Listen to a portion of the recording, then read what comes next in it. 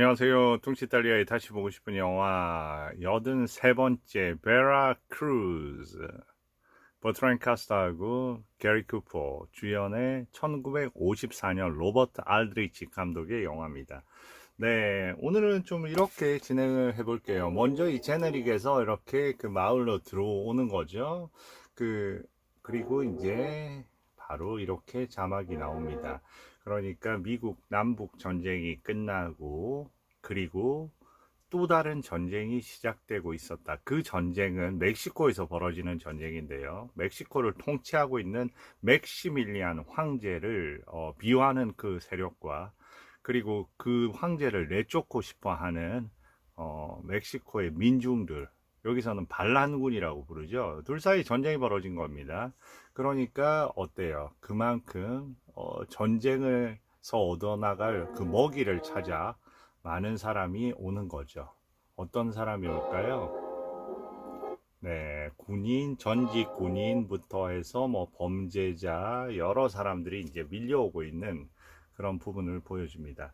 자, 로버트 알드리치 감독은 제가 처음 이제 다루는 특히 동영상에서요, 작가주의 감독이라고 할 수 있고, 이 영화 자체는 그 이전의 서부 영화가 보여주는 선과악의 명확한 그런 어떤 기준부터 하나의 형식적인 틀과는 전혀 다른 스타일의 영화입니다.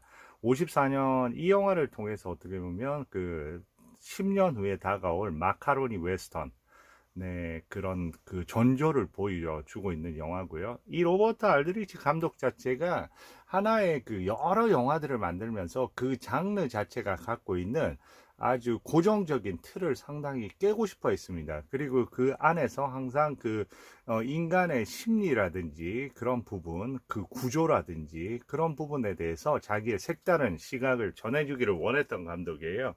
그래서 그런 영화들은 그 영화마다 그 다룰 때마다 제가 그 감독의 스타일에 대해서는 말씀을 드리고, 오늘은 이렇게 그 베라 크루즈에 집중하는 시간으로 좀 가볼까 합니다. 네, 홀로 간 사람도 있었다 이렇게 나오고요. 저 멀리에서 홀로 한 명이 등장을 하는 거죠. 네. 누굴까요? 네, 알겠죠, 이제. 자, 이렇게 게리 쿠퍼, 이렇게 글씨 자체도 엄청나게 붉은 글씨로 강력하게 들어옵니다. 이 자연하고 이 대비가 되는. 여기서 게리 쿠퍼는 인생 처음으로 해서 아주 선악의 기준에서 좀 모호한 그런 어떤 역할을 맡고 있습니다. 전직 대령이고요. 남부 전쟁에서 남쪽에 위치했던 사람이죠. 그러니까 전쟁에서 남쪽이 패배했잖아요. 그래서 자기가 갖고 있는 모든 재산을 다 잃어버리고 남은 거는 자기 셔츠 하나라고 대사 중에서도 나옵니다. 그러니까 이 멕시코로 흘러 들어온 거죠. 뭔가를 갖다 찾기 위해. 뭘까요? 그건 돈이겠죠. 그러니까 금전적인 이유로 다시 자기의 그 농장을 재건하기 위해서는 그 방법밖에 없습니다. 그래서 이제 굴러 들어오는 거고요. 여기는 버트란 카스터. 버트란 카스터는 말 그대로 일종의 범죄자 우두머리라고 볼 수 있죠. 어떤 범죄자였는지는 모르지만 그 나중에 보면 본인의 인생에 대해서 짤막하게 얘기하는 부분이 있으니까 그때 이해를 하시면 되겠습니다. 이제 베라 크루즈, 테크니칼라 이렇게 이제 등장을 하고요. 이때 등장할 때 음악이 상당히 아름답습니다. 여기 음악은 그 유명한 휴고 프라이드 호퍼라고 해서 그 우리 생애 최고의 해부터 해서 비장의 술수 제가 소개시켜 드렸던, 그리고 영 라이언. 근데 이 지금 약간 이렇게 고조되면서 약간 낭만적이 있는 그런 부분이 중간중간에 가장 중요한 부분에서 이 음악이 반복적으로 이 파트가 이제 등장을 합니다. 그 다음에 드니스 다르셀에서 프랑스 태생의 그 미국 여배우인데 여기서는 백작 부인으로 나오고 있어요. 그리고 이제 시저 로메로는 여기서 후작으로 나오고 있습니다. 후작인데 그 맥시밀리안 황제가 가장 총애하는 라보르데르 후작으로 나오는 거죠. 그리고 여기는 영화가 그 주연들을, 그 다음에 사리타 몬티엘은 스페인 여배우고요. 여기서 니나라는 반란군의 어떻게 보면 처녀 역할을 하고 있습니다. 보시면 뒤에 조르지 맥그레디가 이제 그 맥시밀리안 황제 역을 맡았고요. 어네스트 보그나이 여기서도 나옵니다. 어네스트 보그나이는 여기서 역시나 버트 랭카스터의 부하 중에 한 명이죠. 도네간이라는 부하로 나오고요. 그 다음에 맨 오른쪽에서 맨 위쪽 잭 앨럼 여기서 텍스라는 역으로 나오는데 역시 악역으로 많이 등장을 하죠. 그 차후에. 그리고 여기에서 또 누가 눈에 띄었냐면요. 잭 람버트. 여기는 잭 람버트. 이 인물은 누굽니까? 예전에 킬러스 영화 기억나세요? 거기에서 마지막에 계단에서 총 맞아 죽는 덤덤이라고 기억나십니까? 버트랭카스터하고 같이 이제 음모 꾸미는 중에서 덤덤이라고 나중에 버트랭카스터 방에 찾아와서 막 베개고 뭐고 다 찢어서 그 안에 침대를 들썩이면서 그 안에 혹시 돈이 감춰져 있나 찾는 그 배우입니다. 여기선 찰리라는 악역으로 나오고요. 여기 찰스 부친스키라고 나오죠. 저 부친스키가 누구냐면 바로 찰스 브론슨입니다. 그 마지막 본인의 이름을 마지막으로 썼던 영화가 이 영화예요. 그 다음부터는 이제 찰스 브론슨으로 나와서 이때만 해도 그렇게 유명하지는 않았던 거죠. 여기서 하모니카를 부는 피츠버그라는 역으로 나옵니다. 그렇게 해서 이렇게 조연들을 볼 수 있는 그런 좀 전에 그 바로 전에는 뭡니까 원작. 네, 원작은 이제 보든 체스라고 해서 아주 그 유명한 그런 어떤 원작자죠. 우리가 그 봤던 윈체스터 73부터 해서 붉은 강, 예, 언제 다룰 거예요. 그리고 이제 밴드 오브 리버, 그 다음에 더 파 컨트리, 머나먼 서부 이런 영화는 안소니 만 영화고요. 그리고 맨 위다우트 스타, 킹 비더 영화. 등의 그 원작을 제공을 했고요. 그 다음에 옆에 있는 그 롤란드 키비하고 제임스 알 웹이 바로 이제 시나리오 작가인데요. 상당히 많은 서부 영화부터 해서 예를 들어서 그 롤란 키비는 진홍의 도적 같은 영화, 버트란 카스터 나오는 영화죠. 그리고 이제 제임스 알 웹은 뭐 아파치, 셰이엔 뭐 다양한 어떤 작품들을 같이 작업을 했고요. 네, 그리고 이제 여기 촬영은 나오는지 모르겠네요. 촬영은 누구냐면 어네스트 라슬로라고요. 그 아파치부터 해서 키스 미 데들리 유명한 영화거든요. 대표적인 영화 중에 로버트 알드리치 영화 중에 하나가 필름 누아르인데 1955년 키스 미 데들리 같은 영화. 그리고 이제 프리츠란 감독의 While the City Sleeps 도시가 잠든 사이에 라는 영화도 촬영 감독이었습니다. 그리고 네, 그러니까 음악하고 이제 어느 정도 다 된 것 같네요. 이제 영화로 들어가면 될 것 같습니다. 어네스트 라슬로 여기 나오네요. 그죠? 네, 제임스 힐 보시면 제임스 힐이 제작자인 거죠. 힐, 헥트, 그 다음에 버트랜 카스터 이렇게 셋이 네, 저렇게 이제 오는 거고요. 말이 이제 다리가 문제가 있습니다. 그래서 이제 뭔가 조치를 취해야 되죠. 그래서 이 건물 앞에 섰습니다. 여기서 누가 등장할까요? 말을 이렇게 보고 있죠. 저 본인의 말은 지금 다리를 저니까 저 말로서는 갈 수가 없는 겁니다. 말 두 마리가 있고 하나는 안장이 채워져 있는 말이고 그 유심히 봅니다. 그럴 때 뒤에 나타나죠. 어떻게 보면 흑과 백의 어떤 조화 아닙니까? 정면에 보면 이 게리 쿠퍼는 상당히 뭐랄까 좀 신사적인 그런 어떤 면모가 그래도 남아 있는 그 느낌이고요. 모자의 색깔부터 해서 뒤에 헛간 같은 데서 막 나온 도적대 같은 저 뒤에 버트런 카스터를 봅니다. 말 구할 수 있냐고 얘기를 하는 거죠. 그러니까 어떤 말 당신이 골라봐. 그러니까 당연히 뭐 이거 고르라는 거죠. 얼마죠? 그러니까 100달러를 내라고 합니다. 아, 너무 비싸다. 그러면서도 어쩔 수가 없죠. 그 돈을 찾습니다. 네. 돈을 건넵니다. 그런데 돈을 건네는 순간 뒤로 돕니다. 그때 바로 발사를 해서 말을 죽인 겁니다. 게리 쿠퍼가. 그러니까 뒤에서 얼마나 총을 빨리 뽑을 수 있는 사람인가 한번 버트랭카스가 시험해 본 거죠. 그런데 총을 바로 말한테 쏘고 나서 말이 고통받고 있었다 얘기를 하니까 동정심이 많군요 이렇게 얘기합니다. 그러면 나는 말한테만 동정심이 있어요 이렇게 게리 쿠퍼가 얘기하고요. 그리고 버트랭카스터는 다음에는 총 꺼낼 때 미리 얘기하라고 그렇게 얘기를 합니다. 그러니까 시간이 있으면 그렇게 할 건데 너가 뒤에서 바짝 그렇게 왔는데 내가 시간이 없었지 않냐 하면서 둘이 긴장감을 가지고 첫 대면인 거죠. 서로의 실력은 파악을 했고요. 그리고 이제 떠나야죠. 그런데 마치 저기 기병대 그 막시밀리안의 그 군대죠. 기병대가 막 등장을 합니다. 그래서 이제 가는 거죠. 중간에 얘기를 합니다. 저 사람이랑 싸울래? 아니면 도망갈래? 이렇게 얘기하는데 내가 싸울 일이 없다. 그런데 총을 쏜 겁니다. 저 기병대가.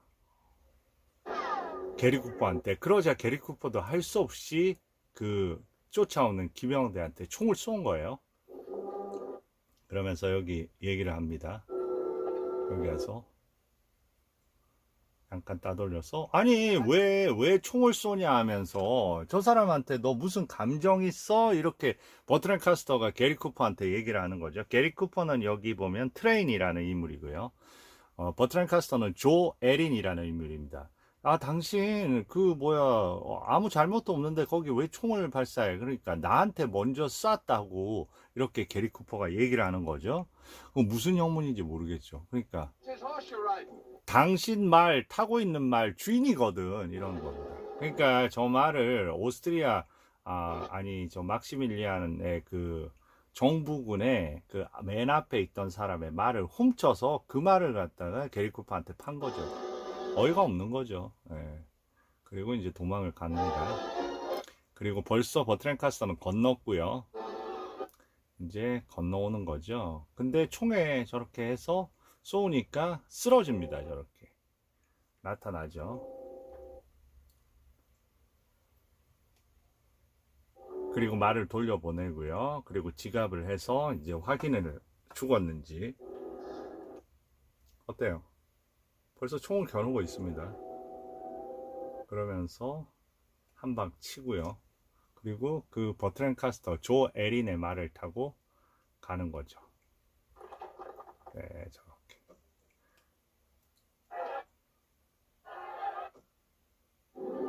그리고 마을로 들어온 겁니다. 이렇게. 네, 마을로 들어와서 이제 술 한잔 마셔야 되겠는 모양이죠. 그냥 깐띠나로 들어갑니다. 근데 처음 대면하는 게 누구예요?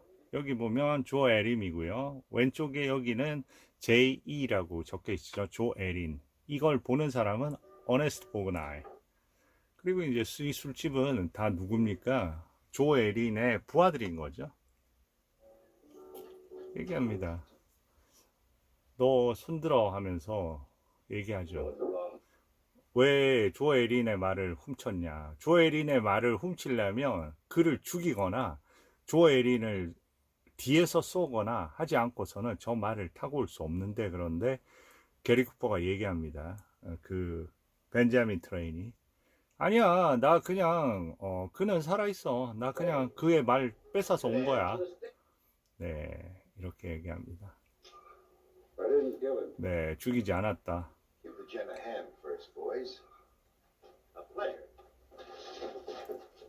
네 그리고 병을 깨서 이제 근데 벌써 저기 검은 옷을 입고 문 앞에 와 있죠. 누구가? 조에린이. 어떻게 반응할까요? 네.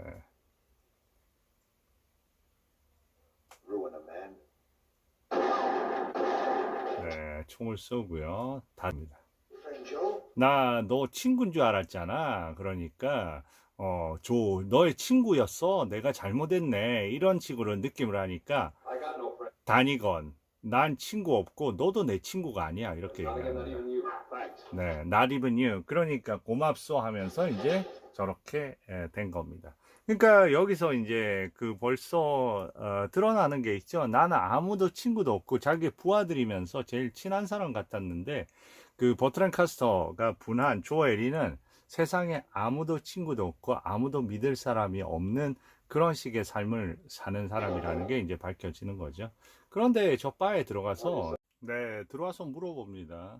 그 남부 루이지아나 출신이라고 하지 않았냐고. 그러면서 대령님 이렇게 얘기하는 거예요.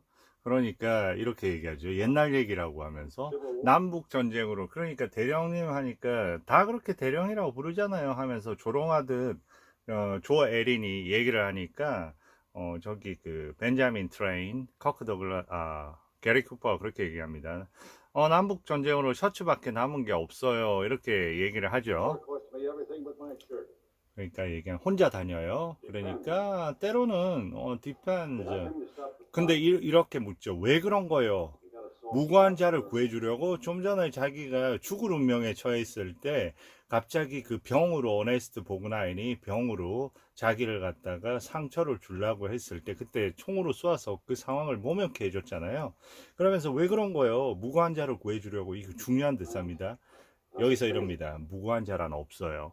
그러니까 이게 어떻게 보면 그 첫 번째 그 말 서로 거래할 때 그때 갑자기 이제 그 버트란 카스터가 게리 쿠퍼 뒤에 이렇게 서 있을 때 갑자기 그 느낌을 하면서 말을 쏘았잖아요. 게리 쿠퍼가 말을 쏘면서 아까부터 너무 고통받고 있어서 죽였다. 그러니까 동정심이 많으시군요. 그랬더니 말한테만 그래요. 그렇게 게리 쿠퍼가 얘기했잖아요. 그러니까 둘 다 무고한 자라는 없어요. 이 얘기하고 똑같이 인간에 대해서 기본적으로 보면 신의가 일단은 없는 사람들인 거죠. 왜냐하면 게리 쿠퍼 같은 경우에는 충분히 이해할 수 있는 포인트는 남북 전쟁에서 모든 걸 지금 잃은 거잖아요. 그리고 전쟁에 졌고 그러니까 인간에 대한 어떤 신뢰라든지 이런 거를 갖고 있었던 그런 전통적인 서부극의 선인의 이미지하고는 조금 다른 이미지라는 거 알 수 있고 버트랜 카스터 같은 경우에는 아예 무고한 자라는 거 없다는 겁니다. 모든 사람은 죄인일 수도 있고 아닐 수도 있고 그때그때 상황에 그건 내가 판단하겠다고 하는 식의 얘기가 아닐까요? 그러면서 이제 이곳 내란에도 참여할 건가요? 하니까 뭐라고 얘기하냐면 돈이 된다면. 그러니까 전통적인 이 대의나 이런 어떤 거를 갖다가 목적으로 하는 게 아니라 돈이 이 중심에 들어와 있다는 거를 알 수 있는 거죠. 그래서 이 영화에서는 벌써 그 인물의 설정 자체가 기존의 그 서부극처럼 선과하게 대비가 되는 게 아니라 그 안에 돈을 중심으로 해서 모호하게 그때그때 상황에 따라서 움직이는 그런 사람들의 이야기고 그러다 보니까 그때그때 상황에 따라서 다양한 관계 설정이 가능하고 그 안에서 긴장감과 여러 가지가 이제 증폭이 되는 그러니까 이런 스타일의 또 그 배역은 게리 쿠퍼로서는 맡아보지를 못한 겁니다. 그런 의미에서 게리 쿠퍼 원래 이전 배역은 캐리 그란트한테 내정이 돼 있었는데 결국은 게리 쿠퍼한테 왔고요. 이런 이미지의 그 배역을 인생에서 처음으로 하다 보니까 그 1955년에 찰스 로튼이라고 제 그 동영상에 가끔씩 등장하는 영국 배우 있잖아요. 그 유일한 영화를 만들었는데 그게 그 밤의 사냥꾼이었잖아요. 제가 동영상에서 했던 그 로버트 미첨이 맡았던 그 역 너무 악역이잖아요. 그 손에다가 러브, 헤이트 이렇게 막 그려놓고 그리고 막 살인을 하고 그 셜리 윈터스를 죽이고 꼬마 둘이를 계속 죽이기 위해서 가는 그런 어떤 가짜 목사의 역할이잖아요.